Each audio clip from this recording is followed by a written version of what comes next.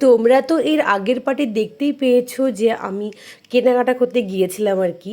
তো যাই হোক, আমি গিয়েছিলাম টেহট্টে। যদি তোমরা কেউ চিনে থাকো তাহলে অবশ্যই আমাকে কমেন্টসে জানিও, যারা নদিয়ায় থাকো আর কি। তো আমরা দুজন মিলে একটু টেহট্টের কাজে গিয়েছিলাম, তো সেখান থেকে একটু কেনাকাটা করেছিলাম। আর আজকে কোথায় আছি জানো? আজকে আমি বাড়ি চলে এসেছি। তাই আমি গল্প করছি আর বলছি যে মানুষ সত্যি পাখির মতো, কখনো এখানে তো কখনো সেখানে। যাই হোক, আমি চলে এসেছি এখন আমার শ্বশুরবাড়িতে, আর আমি পরে এসেছিলাম এই শাড়িটি।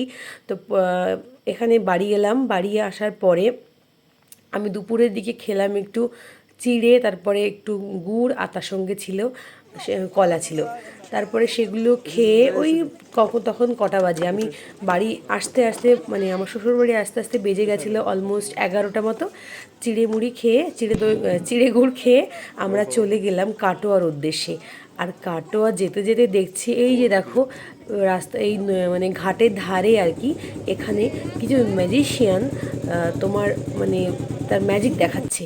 তারপরে বুঝলাম ওরা ওরা কোনো ম্যাজিশিয়ান না, ওরা হচ্ছে ইউটিউবার যারা ভিডিও করছে। তো শয়ে শয়ে লোক দাঁড়িয়ে দেখছে, তাদের কীর্তিকলাপ দেখছে, তারা কি করছে না করছে। আর এই হচ্ছে সেই কাটোয়ার নদী, যেটা সত্যি অনেক বড় আর প্রচুর স্রোত। তো আমরা এখানে চলে আসলাম ট্রেন্ডসে সোজা।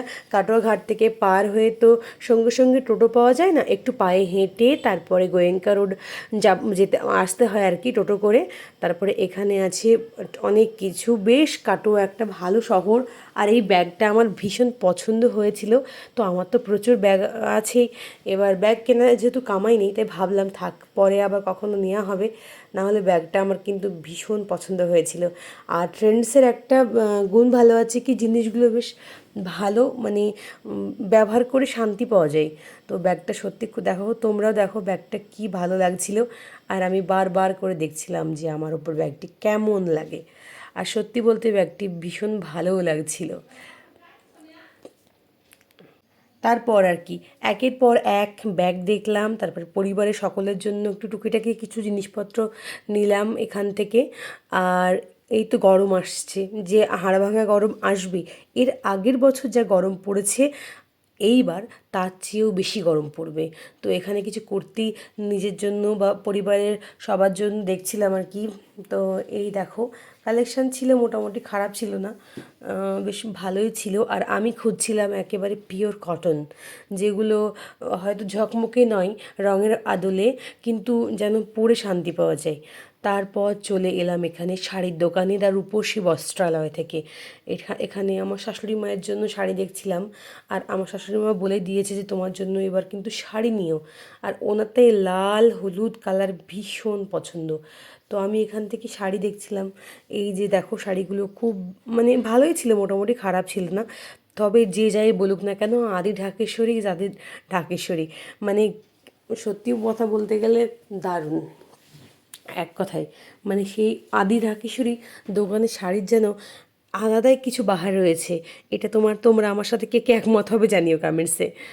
এই শাড়িটা ভালো ছিল, বেশ রং চঙে ছিল যেহেতু আমার কি, এই যে দেখতে পাচ্ছ শাড়িগুলি, প্রত্যেকটা শাড়ি ভালো ছিল।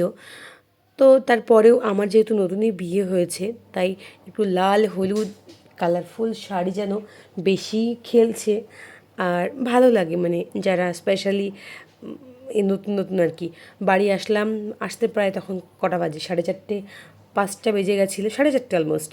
এসে স্নান করলাম, এসে স্নান করে এসে এই যে দেখতে পাচ্ছ ফাটা ফাটা, মানে আলুগুলো এত ডাব্বা ডাব্বা করে রান্না করা হয়েছিল মাংস দিয়ে, খেতে তো খুব সুন্দর লাগছিল।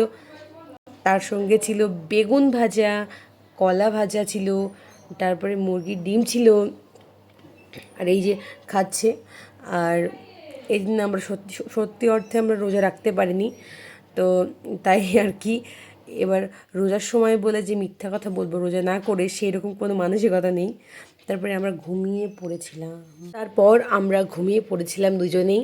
আর ঘুম থেকে প্রায় 6:30টার দিকে উঠে দেখছি গরম গরম মানে ইফতারি করেছে মায়েরা। তাই ইফতারি করার পরে এই যে ভেজেছিল পেঁয়াজি, আর তার সঙ্গে ছিল চা। সেগুলো খাওয়ার পরে রাতের খাবার ছিল আমার রুটি আর এই নলেন গুড়। আর এই যে যা তরকারি দুপুরে ছিল সেটাই সেম ছিল। তো তো একটা রুটি খেয়েছিলাম, তো বেশ খাবারগুলো ভালোই মানে লাগছিল আর কি। তো তোমরা জানিও ভিডিওটা তোমাদের কেমন লাগলো। যদি ভালো লেগে থাকে অবশ্যই লাইক কমেন্ট শেয়ার সাবস্ক্রাইব করো। আর এই তো রমজান মাসে তো এইগুলো চলছে, এর চেয়ে তো বেশি কিছু আর নেই। আর কি বলি বলো, আর তোমরা অবশ্যই জানিও তোমাদের কাদের কাদের শপিং করা হয়েছে। আর খেতে খেতে আমরা আলোচনা করছিলাম যে রোজার মাসে রোজা যদি কোনো কারণবশত না হয় তাহলে কি মনটা খারাপ লাগে। আর মানুষের শরীর তো সবসময় ভালো বলে না, অবশ্যই শরীর যদি পারমিট না করে সেক্ষেত্রে তো রোজা করা যায় না। তো যাই হোক, বাড়ি এসে বেশ ভালো তো অবশ্যই লাগছিল, অনেক দিন পরে এলাম।